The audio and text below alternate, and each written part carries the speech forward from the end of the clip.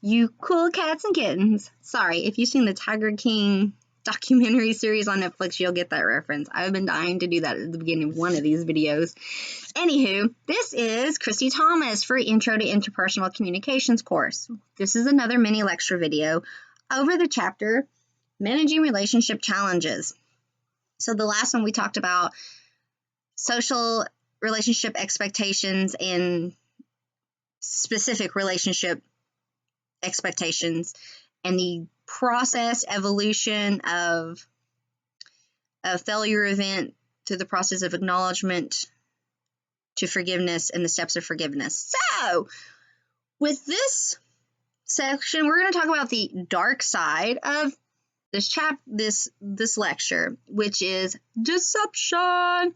So I'm going to start first with the interpersonal deception theory by Judy Burgoon and David Buller. I really hope I didn't butcher their name, so bear with me on names from theorists and doctors out of the book. But a breakdown, the book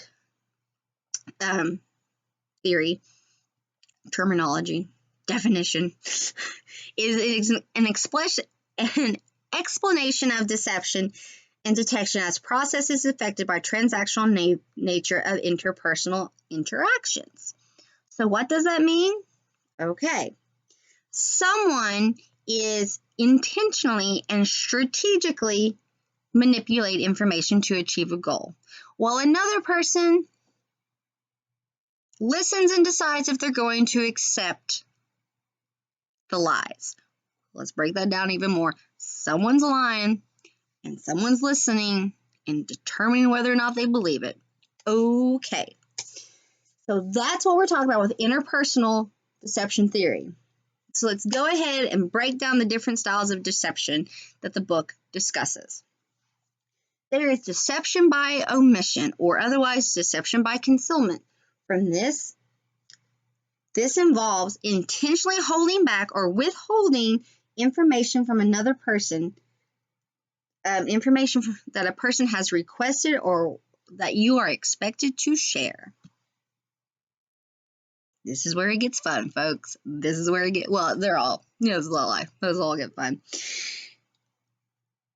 We leave out information or withhold information because you're trying to mislead the listener. You are, to get your goal. Now, what's a good example? Teenage years. Gotta love them. Perhaps you, but thinking back on your teenage years, or perhaps you have a teenager or, a friend did this. You come home, your parents ask you, hey, where were you? Oh, I was at Susie's house.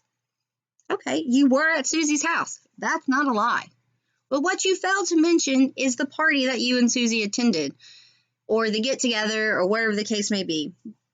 You, by deception by omission or concealment, you're not giving us all that information. Yeah, I was at Susie's. It's great. Yeah, you were at Susie's, but you also went to, Jack's, to the big party, whatever the case may be here.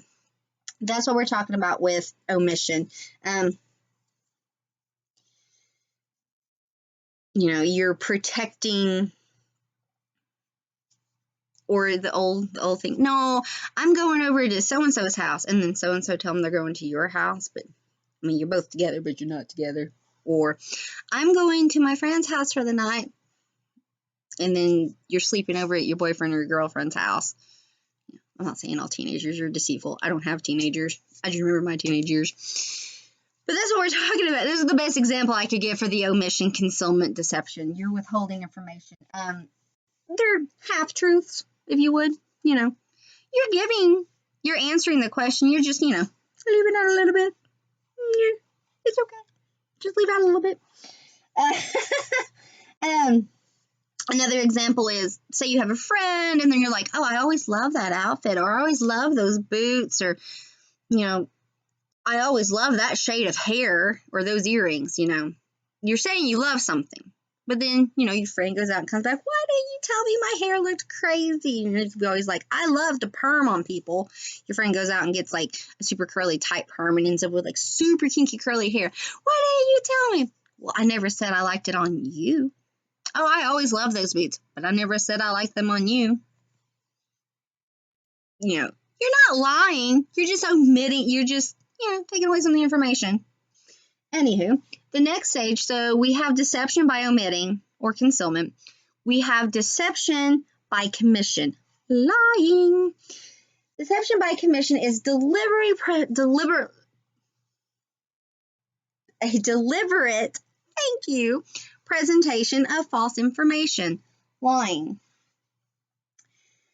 So there's a couple different areas of lying. Okay, so as said, there's multiple lies that fall under the deception by commission lying section. There's white lies. Okay. White lies typically involve only a slight degree of falsification that has minimal consequence. Little white lies make us feel less guilty is a basic of it. Listing someone as your favorite band or a favorite movie when they aren't, that's a little white lie. That falls under the white lies. So we go from white lies and we move into exaggeration, or embellishment, if you would. And that's stretching the truth. So, the book says telling someone you were at the library for a couple hours when in actuality you were there for 20 minutes. Or maybe you walked in the door. That's what we're talking about here with exaggeration or stretching the truth. And we all know that person that tells the stories. You hear the story the first time and say they got a scratch on their arm. And that's the first of the story. Oh, I was playing around and got a scratch on their arm. But by the time they retell the story for the 40th, 60th, 80th time, it's all of a sudden turned into, my arm was almost cut off. It was just hanging there. The doctors had to put me down because I put up a fight just to stitch it up, blah, blah, blah, embellishing the truth. That's why, it's not like you set out to intentionally lie about it, but you got some, get doctoring up and making it sparkly. Just getting it in there real good. But has really good explanation of embellishment. I'm sure the stories or the jokes that come around. You never had to walk to school in 4-foot deep snow over 6 miles of treacherous mountain terrain. I'm not saying they didn't walk in the snow to school, but the story keeps growing. All of a sudden turns from 6 miles into 10 miles, and the snow gets deeper. Embellishment, exaggerations. And another one that quasi falls under this, if you like Golden Girls, Sophia, picture this. Sicily, 1912. Her stories, they get a little embellishments, a little flair. So there's white lies, embellishments, exaggerations, and then there's bold-faced lies. And this is just where you straight out falsify information intended to deceive someone. And these create the most damage because you intentionally set out to hurt someone. You are taking the event, you're creating the conflict failure event, you're creating it. You intentionally set out to lie.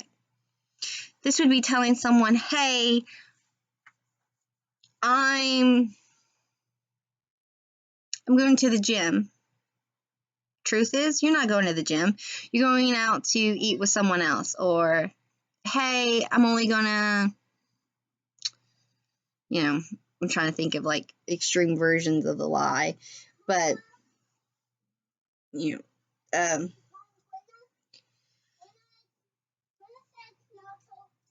emotional impact of deception is also related to the importance of the relationship. So if you're in a think of this romantic relationship.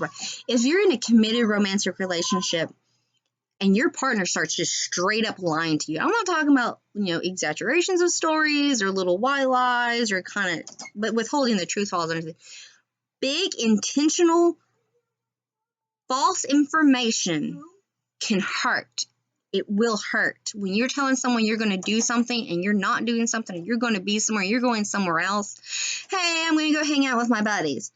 Translation, oh, hey, I found this new side piece. I'm going there. Probably shouldn't have said side piece, but that's what we're talking about here with bald-faced lies. So those are the different kinds of deceit we're looking at. There's the deceit by omission. We're keeping information from you. Deceit by commission, which is straight up lying. And underneath lying, we have your white little lies that makes us feel less guilty about life. Oh, that looks great on you.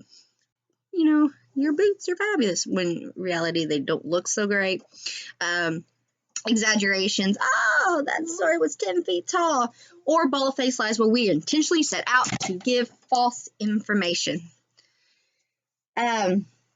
Real quick, and I'm not going to go into depth with these, are reasons for deception. There is to gain resources. Money, property, all that good stuff. To avoid harm or loss of resources. So, it's to protect your resources and stuff from negative. To protect one's self-image, one may lie to make themselves, keep up an image that they are trying to maintain for entertainment. Maybe they just have fun.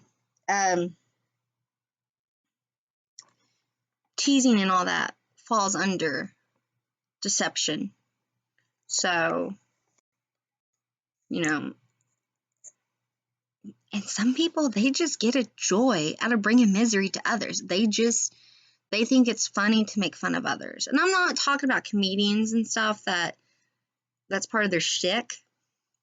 But, the teasing. And the last one is to protect another person's resources, self-image, or safety. So, not all deception is terrible. Not all deception is evil. Deception can help you get out of situations. If you're in a bad situation, there have been, you hear the stories where domestic violence has happened and they've called the police, but they've told they're calling a pizza place, and they act as though they're giving a pizza order to the 911 operators, who are then catch on and realize what's going on. That's a form of safety. Real quick too, the effects of deception when deception has hit in a relationship, be it a friend relationship or romantic relationship. It can have incorrect decision making or actions. So people are basing decisions off of false information, which is not good.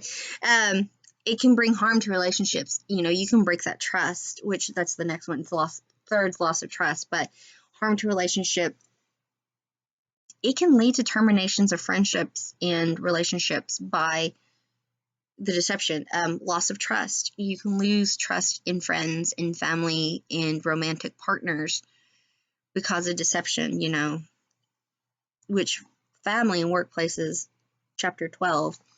But, deception in families, you can easily terminate those relationships too, choosing not to seek out or be or go near. Those are 3. The 4th one is harm to bystanders. Lies have a ripple effect where other people, innocent bystanders, are harmed. Having someone lie on your behalf can result in damage to them, to your friend's reputation, because they're the ones that are lying. Even though they're lying to protect you or something for you, it can have harm to them. And then the last one talks about additional harm. This can include punishment, embarrassment, guilty conscience, and a damaged reputation. So what we just talked about in this mini lecture is the managing relationship challenges, and we talked about the ugly, dark side of this section, which is deception. And under deception, we broke down the different kinds of deceptions, omission and commission, which is concealment and lying, the different forms of lying, the reasons for deception, and the harm of deception. So I just wanted to do this mini lecture over the dark side of managing conflict, relationship challenges. Dun, dun, dun. All right, folks, I want to say a big thank you to you all for watching these mini lectures. I know, it's interesting stuff, right? I also want to say a huge thank you to everyone on the front lines that are essential workers during this time. It's awesome. You're great. You're wonderful. Thank you so much for all that you're doing for us. To stay home and be safe. And with that being said, everyone, I hope you have a great day, great week. Stay safe. Bye.